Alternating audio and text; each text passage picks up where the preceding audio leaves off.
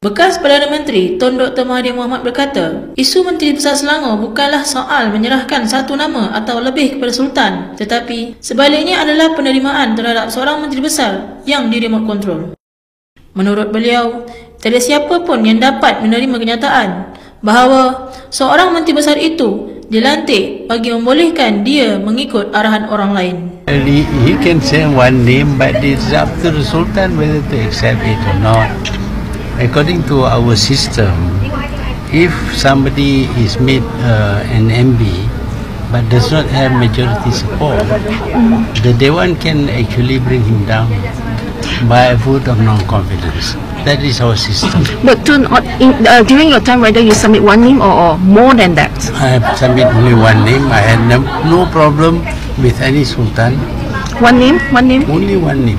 For 5 years, I did only one name. So PR two-party done any wrong because it seemed that Sultan a bit angry? You know, you can't annoy people and then expect people to cooperate with you. You know, what they have been doing is to annoy not only the Sultan, everybody else with all their bickering between their parties.